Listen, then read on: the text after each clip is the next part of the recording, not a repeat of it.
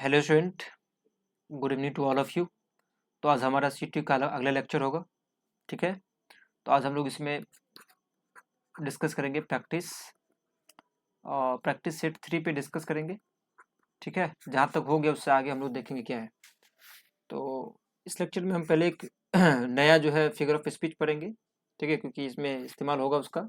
तो हम पहले एक नया अलग से जो है फिगर ऑफ स्पीच पढ़ लेते हैं, फिर हम लोग जो है चलेंगे ऑब्जेक्टिव क्वेश्चन पे। ठीक है, तो पहले देख लेते हैं वो फिगर ऑफ स्पीच कौन है। तो तो यहाँ देखेंगे हम लोग क्या है, मेटोनिमी है ना। मेटोनिमी क्या होता है? तो मेटोनिमी भी एक फिगर ऑफ स्पीच होता है जिसमें कोई वर्ड या कोई फ्रेज जो है वो दूसरे वर्ड का क्या होता है, सब्स्टिट्यूट होता है। ठीक है, जिसके साथ वो बहुत ज़्यादा जो है क्या होता है, जुड़ा मतलब क्लोजली एसोसिएट होता है, मतलब कि उससे बहुत ज़्यादा मिलता जुलता है वो। ठीक है, बहुत बहुत क्लोजली, बहुत गहरे रूप से वो जुड़ा रहता है उस वर्ड के साथ। मतलब उस वर्ड का उससे जो है काफ़ी ज़्यादा रिलेशन होता है। इसलिए एक वर्ड जो है दूसरे किसी वर्ड की जगह पे क्या होता है, इस्तेमाल होता है। एक वर्ड जो है किसी दूसरे, चाहे वो वर्ड हो चाहे वो कोई फ्रेज हो, मतलब कि एक वर्ड या कोई एक फ्रेज हो सकता है, वो दूसरे वर्ड या फ्रेज का क्या हो सकता है, सब्स्टिट्यूट हो सकता है। उसी को हम लोग क्या कहते हैं, उसी को हम लोग जो है मेटोनोमी कहते हैं। तो मेटोनिमी क्या है ये हम समझते हैं एग्जाम्पल से। ठीक है, अभी बस इतना समझना, मेटोनिमी का मतलब हुआ कि जो कोई एक वर्ड होगा या कोई एक फ्रेज हो सकता है जो दूसरे वर्ड या दूसरे फ्रेज के सब्स्टिट्यूट के रूप में इस्तेमाल होता है। अब जैसे देखते हैं यहाँ पे, देखो जैसे एग्जाम्पल में दिया हुआ है, the white house issued statement. White house ने क्या किया, व्हाइट हाउस ने एक स्टेटमेंट जारी किया। अब यहाँ व्हाइट हाउस का मतलब ये नहीं है, व्हाइट हाउस का मतलब सफेद घर नहीं। व्हाइट हाउस किसको रिप्रेजेंट करता है? तो देखो यहाँ पे एक्सप्लेनेशन में हम पहले लिख दिए हैं कि जो है यहाँ पर व्हाइट हाउस है, ये व्हाइट हाउस क्या रेफर कर रहा है, ये कर रहा है प्रेसिडेंट या the people working in the white house. जो व्हाइट हाउस है ना, जो अमेरिका का जो पार्लियामेंट हाउस है उसको यहाँ पे व्हाइट हाउस कहा जा रहा है। तो व्हाइट हाउस का मतलब कि घर को नहीं दिखाया जा रहा है, बल्कि उसमें काम करने वाले जो लोग हैं उसको दिखाया जा रहा है, या प्रेसिडेंट को दिखाया जा रहा है कि उन्होंने क्या किया, एक स्टेटमेंट इशू किया। बिल्डिंग नहीं है यहाँ पर, है ना, यहाँ दिया हुआ not the building itself, building की बात यहाँ पे नहीं हो रही, बल्कि कि उस व्हाइट हाउस में काम करने वाले लोग की बात हो रही है। तो यहाँ व्हाइट हाउस का इस्तेमाल किसकी जगह पे किया गया है, उन लोग की जगह, उन लोगों की जगह पर जो व्हाइट हाउस में काम करते हैं। इसलिए यहाँ जो ये स्टेटमेंट है, ये जो सेंटेंस दिया हुआ है, ये सेंटेंस क्या है, ये सेंटेंस जो है ये मेटोनिमी है। ठीक है, तो इसी को मेटोनिमी कहते हैं। अब दूसरा एग्जांपल देखो, the crown will find an heir. जो क्राउन है ना, जो ताज है, ताज का मतलब यहाँ पर हुआ कि जो साम्राज्य कह सकते हो, है ना, या जो मोनार्की सिस्टम, राजतंत्र, जहाँ पर व्यवस्था, जहाँ पर राजा का राज है, वो अपना उत्तराधिकारी खुद ही क्या कर लेगा, वो फाइंड कर लेगा, है ना। तो यहाँ पर हमें देख रहे हैं कि क्राउन का मतलब यहाँ पर ताज ही नहीं है। यहाँ पर क्राउन का मतलब ताज नहीं है।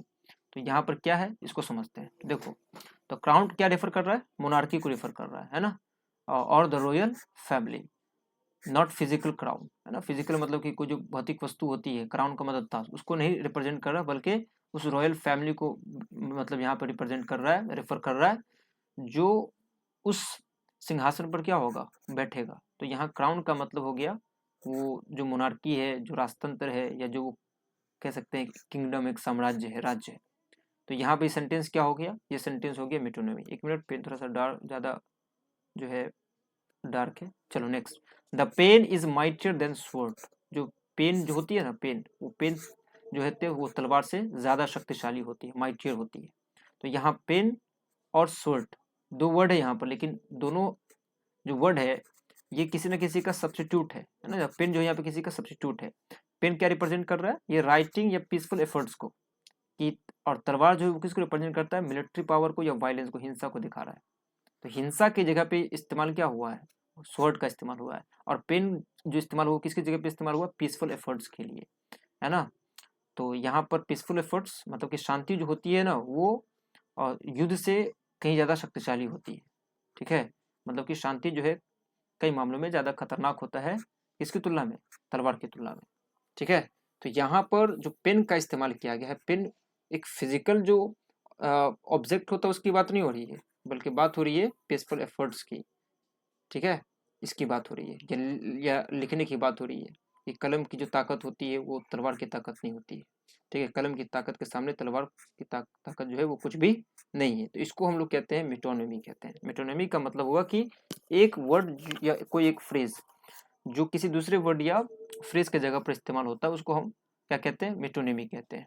अब हम लोग कुछ क्वेश्चन देखते हैं जहां तक हम लोग छोड़ चुके थे, ठीक है। 37 से आज हम लोग डिस्कस करेंगे, ठीक है। उसके बाद जो हम पढ़ेंगे अभी जो ग्रामर का जो फिगर ऑफ स्पीच का जो पार्ट है वो भी आगे आएगा।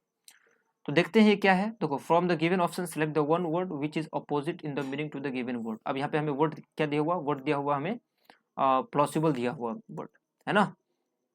तो ये प्लॉसिबल का मतलब क्या होता है, प्लॉसिबल का मतलब होता है प्लॉसिबल, देखो यहाँ प्रोबेबल दिया हुआ है तो एक ही वर्ड है ये, है ना। प्लॉसिबल का मतलब होता है एडमायरेबल, जो सराहनीय होती है ना, एडमायरेबल, एडमायरेबल, ठीक है। उसी को हम लोग क्या कहते हैं, उसी को हम लोग कहते हैं एप्रिसिएबल कहते हैं, एप्रिसिएबल, ठीक है। और उसी को हम लोग क्या कहते हैं, इंजॉयबल कहते हैं, या प्रोबेबल कह सकते हो, ठीक है, या लाइकली कह सकते हो। प्लॉसिबल का मतलब वही होता है, प्रोबेबल या एप्रिसिएबल या एडमायरेबल, है ना, जो उसको कहते हैं हम लोग क्या कहते हैं, प्लॉसिबल कहते हैं। एप्रिसिएबल का मतलब कि जो अप्रिसिएट करने के लायक हो उसको हम लोग कहते हैं, ठीक है। तो वो प्लॉसिबल होता है, प्रोबेबल वही बात हो, तो ये तो होगा नहीं, ये गलत टिक लगा हुआ है, ये नहीं होगा, ठीक है, ध्यान देना है। तो क्या है ये, उसके बाद देखो, एक मिनट रुक जाओ, तो थोड़ा सा ये फिर गड़बड़ हो रहा है।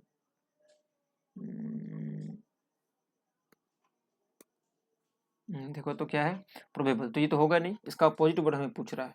एडमायरेबल का मतलब होता है जो प्रशंसनीय होता है, अप्रिसिएबल का मतलब होता है जो प्रशंसनीय होता है, तो ये होगा नहीं। प्लॉसिबल लगभग वही होता है, प्रोबेबल प्लॉसिबल लगभग वही होता है, तो ये तो होगा नहीं, ठीक है। इसका मतलब ये मेन होता है, एडमायरेबल का मतलब जो प्रशंसनीय होते हैं, जो अप्रिशिएबल होते हैं, जो अप्रिशिएट करने के लायक होते हैं, ठीक है, उसको कहते हैं हम लोग। तो ये होगा नहीं, प्रोबेबल भी नहीं होगा, ये क्या दिखाता है, ये दिखाता है पॉसिबल को, संभव को। तो ये यहाँ पर क्या है, यहाँ पर ये है प्रशंसनीय, और यहाँ पर संभाव्य है, संभावना, तो ये तो होगा नहीं। वैलिड का मतलब क्या होता है, वैलिड का मतलब तो होता है जो, इसको हिंदी में लोग क्या कहते हैं, वैध कहते हैं ना, जो लेजिटिमेट होता है। क्या होता है, एक मिनट, पेन जो है ना अच्छे से काम नहीं कर रहा, लेजिटिमेट, लेजिटिमेट, तो ये होता है, लेजिटिमेट का मतलब होता है कानूनी, ठीक है, जो फैक्ट पर बेस्ड होता है उसको हम लोग क्या कहते हैं, लेजिटिमेट कहते हैं। जो फैक्ट बेस्ड होता है, जो एक्सेप्टेबल होता है, उसको हम लोग वैलिड कहते हैं। और क्या है, प्रिपोस्टेरियस का मतलब क्या होता है, प्रिपोस्टेरियस का मतलब होता है जिसको हम लोग क्या कहते हैं, प्रिपोस्टेरियस का मतलब जिसको हम लोग कहते हैं बेहुदा कहते हैं, ridiculous, ridiculous, ridiculous, RIDICULOUS, ridiculous, ये जिसको हम लोग बेतुका बेहुदा कहते हैं। तो ठीक उसका उल्टा है, यहाँ पर ये प्रशंसनीय है, ऐसा काम किया कि वो एडमायर के लायक है, और यहाँ पर कोई ऐसा काम किया जो क्या है, रिडिकुलस है, अपमानजनक है ना, अब्सर्ड है, बेहुदा है, तो ये इसका अपोजिट यही हो जाएगा। तो आंसर करेक्ट कौन हो जाएगा, सी इज द राइट आंसर। तो सी यहाँ पर जो है हमारा करेक्ट आंसर हो जाएगा, ठीक है। चलो अब आगे हम लोग देखते क्या है, फ्रॉम द, अच्छा एपेथेटिक नहीं बताया, एपेथेटिक क्या होता है, एपेथेटिक का मतलब होता है जो इमोशनलेस होते हैं, है ना, जो क्या होते हैं, इमोशनलेस होते हैं। आज पेन जो है अच्छे से नहीं चल रहा है, इमोशनलेस, उसको हम लोग क्या कहते हैं, उसको हम लोग कहते हैं एपेथेटिक, ठीक है। जो मतलब शोइंग नो इंटरेस्ट या इमोशन, जो इमोशन या कोई इंटरेस्ट नहीं दिखाता हो, इमोशनलेस हो, मतलब कुछ भी उदासीन व्यक्ति, एकदम कोई भाव नहीं दिखा रहा है ना, जो अनकंसर्न होता है, इमोशनलेस होता है, उसको एपेथेटिक कहते हैं, एपेथेटिक पर्सन होता है ना। तो ये तो होगा नहीं। इसके बाद है क्या है, सक्सेंट। तो सक्सेंट का क्या मतलब है, सक्सेंट का मतलब होता है जिसको बहुत ही क्लियर वे में एक्सप्रेस किया गया हो, है ना, या जिसको कह सकते हैं शॉर्ट वे में, शॉर्ट में समझाया गया हो, शॉर्ट वे, शॉर्ट वे, जिसको हम लोग संक्षिप्त कह सकते हैं, शॉर्ट वे, ठीक है, उसको हम लोग संक्षिप्त कहते हैं, ठीक है। उसको क्या कहते हैं हम लोग, संक्षिप्त कहते हैं, शॉर्ट वे, है ना, जिसको कहते हैं ब्रीफ कहते हैं, सेम वर्ड हो गया ब्रीफ। जो है ना पेन नहीं से चल रहा, बहुत दिक्कत हो रहा है, ब्रीफ, ठीक है। तो वही हो गया शॉर्ट वे, संक्षिप्त, है ना, शॉर्ट वे में, या कह सकते हो बहुत मतलब कंसाइज वे में, संक्षिप्त में, है ना। तो उसी को क्या कहते हैं, संक्षिप्त कहते हैं। तो ये तो होगा नहीं, हमें सिनोनिम नहीं पूछ रहा है, सिमिलर वर्ड नहीं, अपोजिट पूछ रहा है। अब ब्रिस्क का मतलब होता है जो बहुत ही तेजी से, है ना, क्विक। ब्रिस्क का मतलब क्या होता है, क्विक होता है, तेजी से, ठीक है। और एमिकेबल का मतलब होता है फ्रेंडली, मैत्रीपूर्ण जिसको कहते हैं, फ्रेंडली होता है। तो ये अपोजिट वर्ड है ही नहीं। लेंदी का इसका मतलब शॉर्टकट में है ना, शॉर्ट वे में, इसका मतलब लेंदी मतलब कि लंबे तरीके में, तो इसका अपोजिट वर्ड कौन हो जाएगा, लेंदी हो जाएगा। चलो नेक्स्ट वर्ड देखते हैं, नेक्स्ट वर्ड क्या है। अब है ए फूल्स पैराडाइज। ए फूल्स पैराडाइज का मतलब कि मूर्ख के स्वर्ग में, पैराडाइज का मतलब होता है स्वर्ग, तो एक मूर्ख के स्वर्ग में, इसका मतलब क्या होता है, इसका मतलब होता है झूठी आशाओं पर जब कोई आधारित होता है ना, बेस्ड होता है, उसको पैराडाइज, फूल्स पैराडाइज कहते हैं। मतलब कि state of enjoyment based on false beliefs, मतलब कि झूठे विश्वास और उम्मीदों पर आधारित जो खुशी होती है ना, जो जो एंजॉयमेंट की अवस्था होती है ना, उसको कहते हैं ए फूल्स पैराडाइज कहते हैं। ठीक है, he is living in a fools paradise, मतलब कि वो झूठे उम्मीदों में जी रहा है ना। तो उसको हम लोग कहते हैं a fool's paradise, state of enjoyment based on false beliefs, है ना, झूठे बिलीफ और उम्मीदों पर आधारित जो खुशी होती है उसको हम लोग क्या कहते हैं, ए फूल्स पैराडाइज कहते हैं। तो इसे वर्ड को हमें याद रखना कि इसका मतलब क्या होगा, समझा ना बात। तो झूठ, झूठ का जो स्वर्ग होता है, मतलब झूठ की जो खुशी है ना, झूठी उम्मीद की जो खुशी होती है उसको कहते हैं ये फुल्स पैराडाइज्ड। तो ये करेक्ट आंसर हो जाएगा मेरा, डी हो जाएगा। इसमें ज़्यादा टाइम हमें लगाना ही नहीं, ज़्यादा समझना नहीं, वर्ड है ये समझना है। इसके बाद जो है कितना नंबर क्वेश्चन था, 39। 39 के बाद क्या आएगा, 40 आएगा। तो अभी हम ये समझते हैं क्या है। एक मिनट, इसको थोड़ा जो है बड़ा कर लेते हैं। एक मिनट, बड़ा कैसे होगा,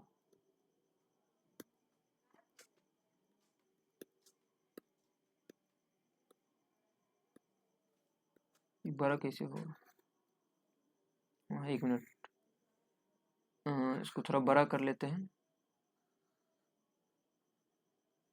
चलो समझते हैं क्या है, ध्यान देना है। क्या है, from the given options select the one that rightly explains the given expression. A run of bad luck.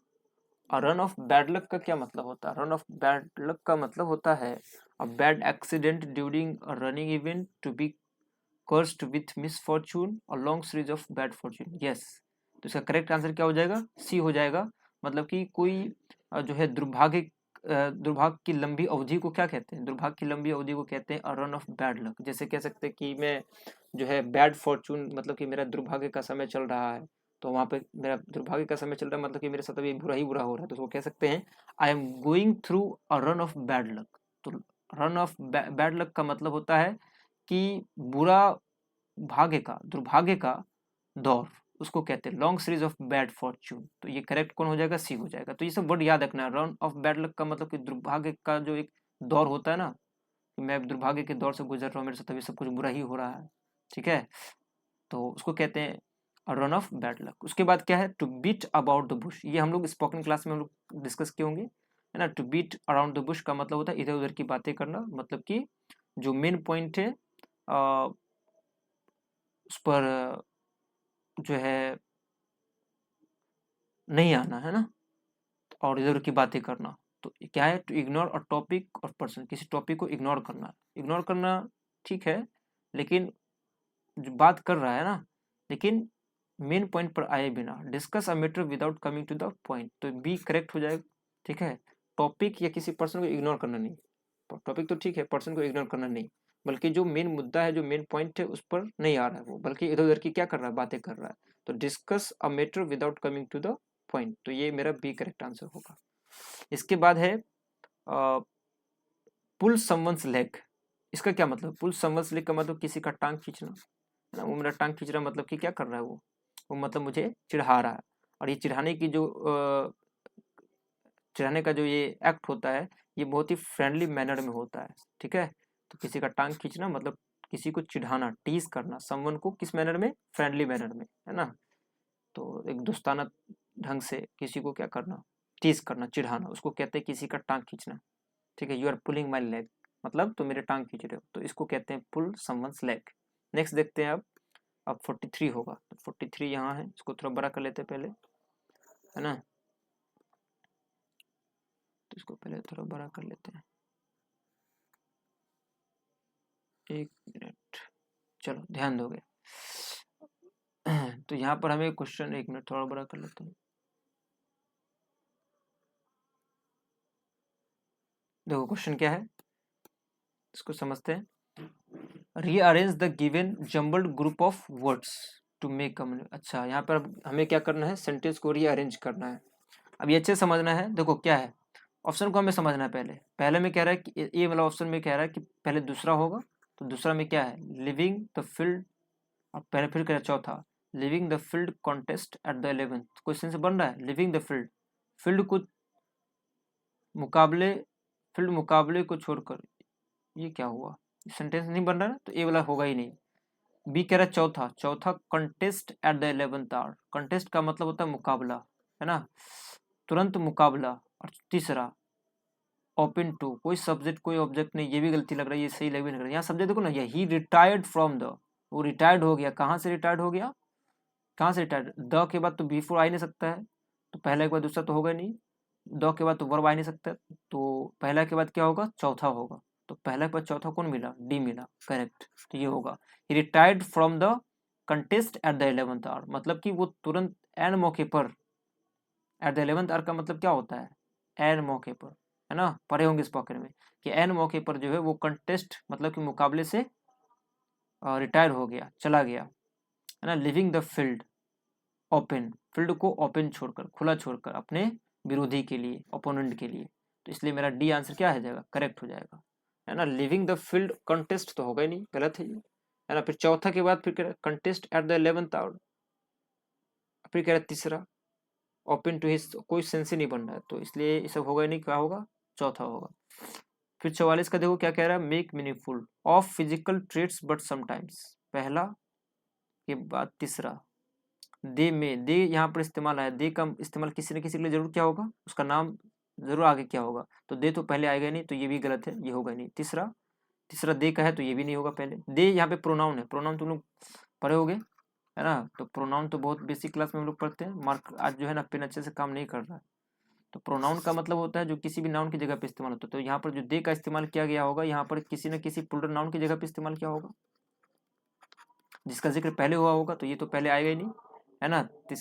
तीसरा वाला पहले आ ही नहीं सकता है। दूसरा सी में कह रहा है दूसरा, दूसरा यहाँ पे दूसरा क्या कह रहा है, मैनरिज्म्स आर, ठीक है। उसके बाद क्या कह रहा है चौथा, आर नथिंग। जो मैनरिज्म्स होते हैं ना, जो हाव भाव जो होते हैं ना, वो हाव भाव कुछ नहीं होते हैं, बल्कि क्या होते हैं, सुपरफिशियल ऑब्जर्वेशंस होते हैं, मतलब कि सतही टिप्पणियां होती है या कल्पनाएं होती है, ठीक है। इसके बाद क्या है, चौथा के बाद पहला, किस चीज़ का, ऑफ फिजिकल ट्रेड्स, मतलब कि भौतिक शारीरिक विशेषताओं का, जो हाव भाव होता है ना, हाव भाव जो हम लोग अपने फेस पर दिखाते हैं, तो वो शारीरिक विशेषताओं का क्या होता है, एक सतही ऑब्जर्वेशन होता है, मतलब ऊपर से हम लोग उसको ऑब्जर्व कर लेते हैं।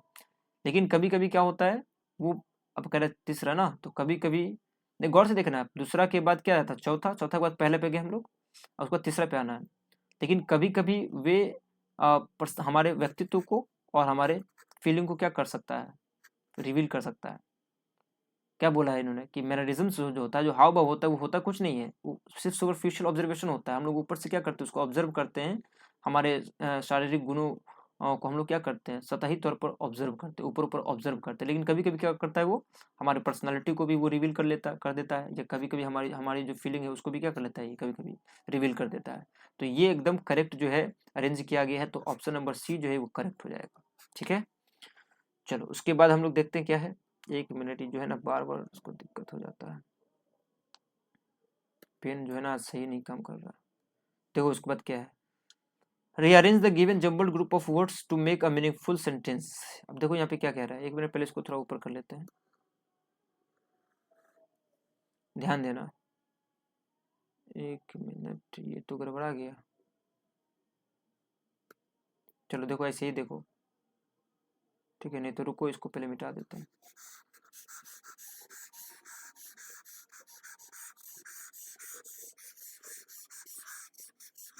चलो अब देखते हैं, ठीक है, आप ऊपर कर सकते हैं, कोई दिक्कत नहीं है। चलो देखो, तो अब क्या है, फिर से वही कह रहा है, दैट नेचर्स टीचेस, ये तो होगा ही नहीं। दैट यहाँ पे आगे क्लाउज है, इससे पहले जरूर कुछ सेंटेंस होगा। तो दूसरा, द ग्रेटेस्ट लेसन, सबसे अच्छा सबक। उसके बाद कह रहा है पहला, ये है कि नेचर टीचेस, इसके बाद चौथा अस, हमें सिखाता है, ठीक है। सबसे अच्छा लेसन जो हमें नेचर सिखाता है वो क्या है कि हम मेंटेन करें, क्या मेंटेन करें, इक्विलिब्रियम, है ना, इक्विलिब्रियम मेंटेन करें। मतलब इक्विलिब्रियम का मतलब होता है बैलेंस, लाइफ में बैलेंस होना ज़रूरी है ना।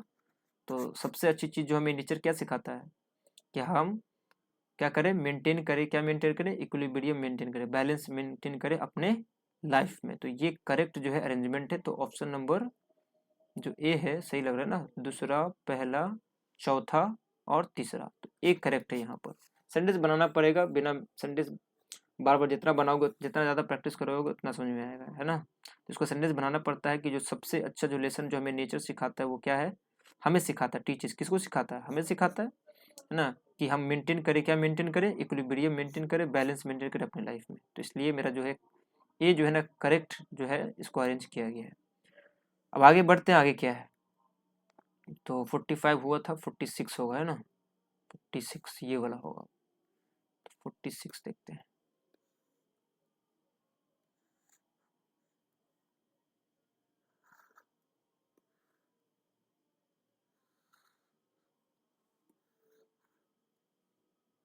देखो क्या है, rearrangement the jumble group of words to make, फिर वही चीज़ है। तो यहाँ पे देखो क्या कह रहा है, दूसरा, दूसरा, पहल, दूसरा, है ना, मेट्रीज रिटोरिकल क्वेश्चन। रिटोरिकल क्वेश्चन का मतलब क्या होता है, रिटोरिकल क्वेश्चन का मतलब होता है वो क्वेश्चन जिसका पर्पस ये नहीं होता है कि हम आंसर लें, बल्कि सेंटेंस को थोड़ा सा इम्पैक्टफुल बनाने के लिए, इम्प्रेसिव बनाने के लिए, उस पर थोड़ा सा एम्फेसाइज करने के लिए हम लोग क्वेश्चन करते हैं। जैसे कि अ, जब हम कहते हैं ना कि अ, क्या तुम ही मनोज हो, तो यहाँ पर इसका मतलब नहीं होता है, या कोई भी ऐसा क्वेश्चन जो मतलब ऐसा क्वेश्चन करते हैं ना जैसे कि अब जिसका मैं आंसर लेना नहीं होता है। जैसे कहते हैं कि आज गर्मी है, तो यहाँ पर जब ऐसा क्वेश्चन कहते हैं तो इसका मतलब कि हम ये कहना चाह रहे हैं कि गर्मी नहीं है, और ये आज का आंसर हमको पता है, लेकिन हम उसको सोचने पर क्या कर रहे हैं, मजबूर कर रहे हैं कि सोचो इसके बारे में, क्या आज गर्मी है क्या। तो रिटोरिकल क्वेश्चन का मकसद ये नहीं कि आंसर लेना, बल्कि उसको थोड़ा जोर देने के लिए, या सामने वाला जो है व्यक्ति उस पर थोड़ा सोचे, इसलिए वो ऐसा क्वेश्चन करते हैं। उसको रिटोरिकल क्वेश्चन, अलंकारिक प्रश्न कहते हैं, उसको रिटोरिकल क्वेश्चन कहते हैं। तो मेटोरीज की का जो रिटोरिकल क्वेश्चन है वो हैज बिन रिपीटेडली, अब हैज बिन के बाद क्या आएगा, हैज बिन के बाद कोई ना कोई तो वर्ब आएगा ही। तो हैज बिन के बाद वर्ब टू तो आ नहीं सकता, ये गलत है। हैज बिन के बाद टू कभी किसी भी केस में आ नहीं सकता, ये गलत है। हैज बिन के बाद और टू नहीं आ सकता है, हैज बिन टू बिल्कुल नहीं। हैज बिन के बाद अगर कोई मतलब हैज बिन फॉलो अगर करेगा तो किसको करेगा, हैज बिन फॉलो करेगा या तो वर्ब को करेगा, भी4 को करेगा, या तो भी3 को करेगा, है ना। टू प्लस भी1 को तो करेगा नहीं, या तो ये नाउन को फॉलो करेगा, ठीक है। तो इसलिए जो है ये होगा नहीं, तीसरा होगा नहीं, दूसरा के बाद तीसरा नहीं होगा, दूसरा के बाद तीसरा नहीं होगा, उसके बाद ये भी तो नहीं होगा। तो कौन सा दूसरा के बाद क्या कह रहा है, तीसरा, ये नहीं होगा, गलत, ऑप्शन गलत। बी में क्या कह रहा है, दूसरा के बाद पहला, ये ठीक है। कि मैट्रिक का जो रिटोरिकल क्वेश्चन है वो बार बार रिपीटेडली, मतलब बार बार उसको जो है उद्धृत किया गया है इन इंडियन रिलीजियस फिलोसफी, मतलब कि भारतीय धार्मिक फिलोसफी में इसको क्या किया गया है, साइटेड। साइटेड का मतलब क्या है, मतलब उद्धृत किया गया है, उनको कोट किया गया है। कहाँ इसको कोट किया गया है, मैट्रीज जो है, जो मैत्रीय है, जो मैत्रीज का जो रिटोरिकल क्वेश्चन है, इसको बार बार कहाँ कहाँ उद्धृत किया गया, कहाँ इसको बार बार कोट किया गया है, इंडियन रिलीजियस फिलोसफी में, ठीक है। उसके बाद किस लिए, to illustrate both the nature of the human predicament, है ना, जो मानवीय संकट है, प्रेडिकामेंट जो है, जो मानव संकट की जो प्रकृति है, और किसको, बोथ, बोथ का मतलब ये है, और दूसरा होगा लिमिटेशन ऑफ मटेरियल वर्ल्ड, जो भौतिक जो दुनिया है ना, भौतिक संसार के सीमितताओं और मानवीय संकट के प्रकृति को, के नेचर को, है ना, इलस्ट्रेट करने के लिए, समझाने के लिए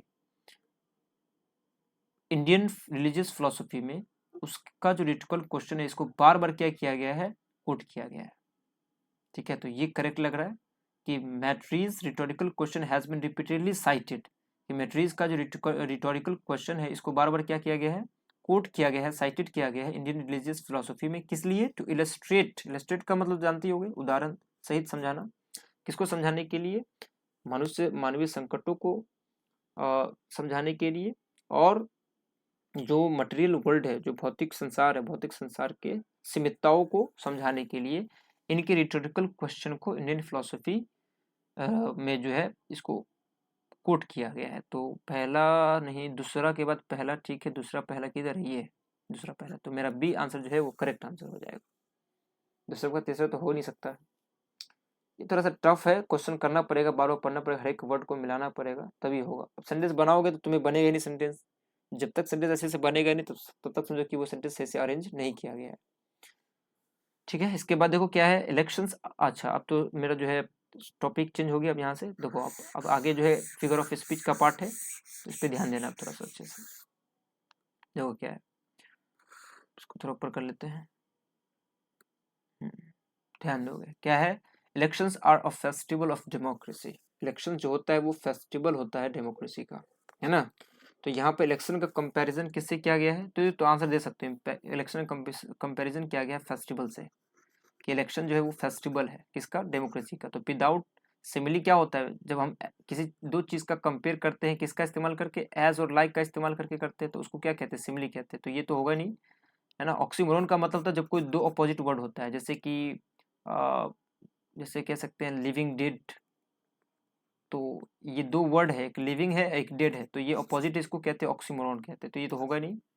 हाइपरबोल का मतलब होता है एक्सेजरेटेड स्टेटमेंट, ये भी पढ़ लिए। तो यहाँ पे एक्सेजरेटेड स्टेटमेंट ऐसी वाली कोई बात हो ही नहीं रही है। यहाँ पे बात हो रही है कि इलेक्शंस क्या है, फेस्टिवल है ना, मतलब एक्शन कंपेरिजन फेस्टिवल्स और बिना एज और लाइक का इस्तेमाल किया, इसलिए ये इसको मेटाफोर कहेंगे। इसके बाद है सब पढ़ लिए हुए हैं, वाशिंगटन साइंस की डिफेंस पैक्ट विद दिल्ली। अब वाशिंगटन ने क्या किया है, साइन साइन किया है ना, की डिफेंस महत्वपूर्ण जो है रक्षा समझौता पर क्या किया है, दिल्ली के साथ साइन किया है। तो यहाँ पर वाशिंगटन का मतलब होगा जो अमेरिका, है ना, और दिल्ली का मतलब इंडिया। तो वाशिंगटन थोड़ी साइन करेगा, वाशिंगटन किसको रेफर कर रहा है, वहाँ की गवर्नमेंट को रेफर कर रहा है, वहाँ की सरकार को रेफर कर रहा है। तो यहाँ पर हम देख रहे हैं कि ये वर्ड जो है ना सब्स्टिट्यूट इस्तेमाल हुआ है, सब्स्टिट्यूट के रूप में, किसके, अमेरिकन गवर्नमेंट या अमेरिकन प्राइम मिनिस्टर या प्रेसिडेंट, और ये मतलब अमेरिकन गवर्नमेंट, और यहाँ दिल्ली दिखा रहा है इंडियन गवर्नमेंट, इन दोनों के बीच में डिफेंस पैक्ट को लेकर जो है एक महत्वपूर्ण समझौता हुआ है।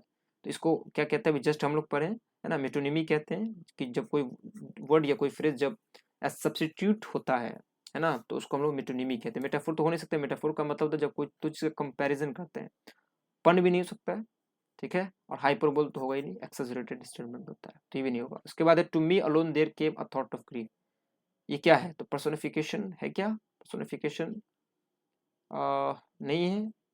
आ, उसके बाद एपोस्ट्रोफी क्या है, एपोस्ट्रोफी है क्या, एपोस्ट्रोफी भी नहीं। एपोस्ट्रोफी का मतलब होता है जब कोई फिजिकली प्रेजेंट नहीं होता है ना, लेकिन हम उसकी बात कर रहे होते हैं, जैसे O death where the you sting, है ना, O death where where is the sting, तुम्हारा प्रभाव कहाँ है। तो हम यहाँ पर विंड से बात कर रहे हैं जो कि फिजिकली प्रेजेंट वहां पर नहीं है, तो ये होता है एपोस्ट्रोफी, तो होगा ही नहीं। और पर्सोनिफिकेशन का मतलब क्या होता है, पर्सोनिफिकेशन का मतलब होता है कि जब हम ह्यूमन ट्रेट्स, ह्यूमन क्वालिटीज जब किसी लिविंग थिंग्स में जब डाल देते हैं, तो वहाँ उसको हम लोग कहते हैं पर्सोनिफिकेशन, है ना। तो ये तो होगा ही नहीं, ठीक है, और ये भी नहीं होगा, सिमिली भी नहीं होगा। इसका तो कंपेयर करते दो चीज़ों को, ये भी नहीं होगा। यहाँ पे इन्वर्जन है, ये इन्वर्जन का मतलब होता है कि जो है वर्ड को हम लोग क्या करते हैं, इन्वर्स कर देते हैं, ठीक है। जैसे कि हम लोग कहते हैं ना कि हैड आई गॉन देयर, तो यहाँ पर आई हैड गॉन देयर भी होता है, if I had gone there, if हटा के हम हैड आई गॉन देयर भी कह सकते हैं, मतलब आई हैड गॉन देयर को हम हैड आई गॉन देयर भी कहते हैं। तो यहाँ पर उसी प्रकार है कि यहाँ जो टू मी अलोन है ना, बस ये इंप्रेशन बनाने के लिए ऐसा इस्तेमाल किया था, फिगर ऑफ स्पीच है, there came a thought of grief, मतलब a thought of grief, grief आया होगा ना, एक ग्रीफ जो है दुख का विचार आया, है ना, टू मी, मेरे पास आया जब मैं अकेले में था। तो यहाँ पर ये होनी चाहिए, a thought of grief came to me alone, ठीक है, कि जब मतलब अकेले में क्या आया, कि ये ग्रीफ का दुख वाला जो है विचार आया। तो इसको होनी चाहिए लास्ट में, इसको पहले होनी चाहिए, लेकिन इसको जो है क्या किया गया है, इन्वर्स कर दिया गया है, उल्टा कर दिया गया है, तो पहले दे दिया गया है, इसको इन्वर्जन कहते हैं, ठीक है। ये हम एक मतलब इसको जो है सिंगल पढ़ाएंगे, हालांकि ये समझ में आ जाएगा, बहुत सिंपल है। आगे देखो क्या है, we have been waiting here forever, तो फॉर एवर है यहाँ पर, फॉर एवर का मतलब कि हमेशा बहुत देर से मतलब हम लोग यहाँ इंतजार कर रहे हैं, मतलब हमेशा के लिए इंतजार कर रहे हैं, ये हाइपरबोल है ना, एक्सेजरेटेड स्टेटमेंट है कि कोई हमेशा के लिए कैसे इंतजार कर सकता है, मेटाफोर तो है नहीं। ऑक्सीमोरन तो जो पॉजिटिव वर्ड को क्या करता है, पॉजिटिव वर्ड का इस्तेमाल करता है, तो ये हाइपरबोल है, एक्सेजरेटेड स्टेटमेंट है, तो हो जाएगा बी।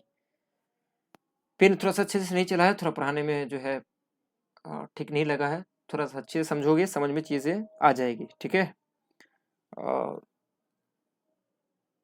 समझ में आ गया ये, एक बार थोड़ा फास्ट में रिपीट कर देते हैं सबको। देखो यहाँ we have been waiting here forever का मतलब क्या है यहाँ पर, इसका मतलब है कि हम यहाँ बहुत बहुत समय से, मतलब हमेशा के लिए हम इंतजार कर रहे हैं, फॉर एवर का मतलब हमेशा के लिए, हमेशा से इंतजार कर रहे हैं, मतलब हमेशा से मतलब कब से, बहुत दिनों से, है ना। ये तो हमेशा से इंतजार नहीं ना कर सकता है कोई भी, ये कहना चाह रहे हैं कि बहुत देर से, लेकिन बहुत देर से क्या कर रहा है, हमेशा से इंतजार कर रहे हैं, हमेशा के लिए इंतजार कर रहे हैं, मतलब कि हाइपरबोल एक्सेजरेटेड स्टेटमेंट है। और इलिट्रेशन तो नहीं हो सकता, इलिट्रेशन का मतलब क्या होता है, जब कॉन्सोनेंट साउंड बार बार रिपीट होता है, जैसे कि हम लोग पढ़े थे क्या पढ़े थे, जैसे हम लोग पढ़े थे कि जब कोई कॉन्सोनेंट साउंड जो है, जो कॉन्सिक्यूटिव वर्ड्स होता है, जो बार बार रिपीट होता है ना, जैसे आप pickle Piper, pickle dog, pick off, pickle peppers, ये पढ़े थे ना, पीपी से सब स्टार्ट है ना, कॉन्सोनेंट साउंड से, तो उसको हम लोग कहते हैं एलिट्रेशन। तो यहाँ पर ऐसा कोई साउंड बार बार रिपीट तो हो नहीं रहा, तो ये भी नहीं होगा, मेटाफोर होगा ही नहीं। ऑक्सीमोरन का मतलब कि टू डिफरेंट वर्ड जो एक दूसरे का ठीक क्या होता है, उल्टा होता है, एक साथ इस्तेमाल होता है, लिविंग डेड हो गया, तो ये कहलाएगा ऑक्सीमोरन। पर्सोनिफिकेशन तो होगा नहीं, है ना, पर्सोनिफिकेशन भी नहीं होगा, तो हम लोग पर्सोनिफिकेशन भी पढ़ लिए हुए हैं, है ना, तो पर्सोनिफिकेशन भी हो ही नहीं सकता है। पर्सोनिफिकेशन क्यों नहीं होगा, पर्सोनिफिकेशन क्या होता है, हम लोग पढ़े हुए ना पर्सोनिफिकेशन के बारे में। पर्सोनिफिकेशन का मतलब तो हम बता दिए कि जब कोई ह्यूमन ट्रेट्स जब हम किसी को दे देते हैं, ह्यूमन क्वालिटीज किसी चीज़ को, है ना, जैसे कहते हैं हम लोग पढ़े होंगे कि the wind whispered through the trees, है ना, पेड़ के बीच में फुसफुसाया, तो ये तो होगा नहीं। यहाँ पे इसको इन्वर्स किया गया है, इसको होनी चाहिए वहाँ लास्ट में, लेकिन इसको इस्तेमाल पहले किया गया है, तो इसको इन्वर्स कर दिया गया है। ए थॉट ऑफ ग्रीफ, मेरे लिए अकेले वहाँ आया, क्या आया, थॉट ऑफ ग्रीफ, तो ये इसको पहले होनी चाहिए। अब थॉट ऑफ ग्रीफ के टू मी, मेरे पास आया ना, तो इसको बाद में होनी चाहिए, लेकिन इसको उल्टा कर दिया गया है, तो ये इन्वर्जन है। इसका एग्जांपल हम देंगे और भी। मेटोनिमी तो पढ़ा दिए हैं ना, मेटोनिमी का मतलब होता है जब कोई वर्ड या कोई फ्रेज को हम लोग क्या करते हैं, मेटोनिमी जब कोई वर्ड या कोई फ्रेज को जब हम लोग सब्स्टिट्यूट के रूप में इस्तेमाल करते हैं। वाशिंगटन यहाँ पर थोड़ी साइन करेगा, समझौता करेगा, अमेरिकन गवर्नमेंट करेगा, और दिल्ली गवर्नमेंट मतलब दिल्ली मतलब इंडियन गवर्नमेंट करेगा, तो यहाँ पे सब्स्टिट्यूट के रूप में इस्तेमाल होता है, इसको मेटोनोमी कहते हैं। मेटाफोर का मतलब एज हाइपरबोल का एक्सेजरेटेड स्टेटमेंट, है ना, तो ये सब तो होगा ही नहीं। और तो ये सब हम लोग पढ़े पढ़े हुए हैं। पन भी हम लोग पढ़े हुए हैं। पन का मतलब क्या होता है, पन का मतलब होता है कि जब ये मतलब एक प्ले होता है, जो शब्द से हम लोग खेलते हैं ना, जैसे एक ही वर्ड जो है डिफरेंट डिफरेंट मीनिंग को कैरी करता है, उसको हम लोग कहते हैं पन। और इलेक्शंस आर फेस्टिवल, यहाँ पे कंपेयर किया गया इलेक्शन का फेस्टिवल से, तो ये विदाउट यूजिंग एज और लाइक, तो ये मेटाफोर हो जाएगा। तो हम लोग सब समझ गए हैं, इसको थोड़ा सा अच्छे से देखोगे वीडियो को, थोड़ा आराम आराम से समझ समझ के, अगर समझ नहीं आया तो पीछे बैक करके भी देख सकते हो, ठीक है। तो हमारा जो है सेट नंबर 3 खत्म हो गया, अब हम लोग आगे बढ़ेंगे सेट नंबर 4 की तरफ। और रिवीजन करते रहना है, क्वेश्चन बार बार पढ़ो, एक सेट को बार बार पढ़ो, कम से कम 3 बार 4 पढ़ो विथ रीजन, चारों ऑप्शन जो है ना, चारों ऑप्शन का रीजन निकालोगे तो तुम्हें ये ज़्यादा हेल्प करेगा चीज़ों को जल्दी से मतलब सॉल्व करने में, और आगे वाले क्वेश्चन को समझने में हेल्प करेगा। अगर तुम ऑप्शन के साथ छांटने की कोशिश करते हो, तुम्हें ऑब्जेक्टिव बनाने के लिए एलिमिनेशन मेथड को फॉलो करना है, ऑप्शन छांटने वाला देख छांटना है तुम्हें, ठीक है, तब तुम राइट आंसर तक ऑटोमेटिक पहुंच जाओ। तो बस आज के लिए इतना ही, ठीक है, मिलेंगे अब नेक्स्ट वीडियो में। Till then bye bye, take care.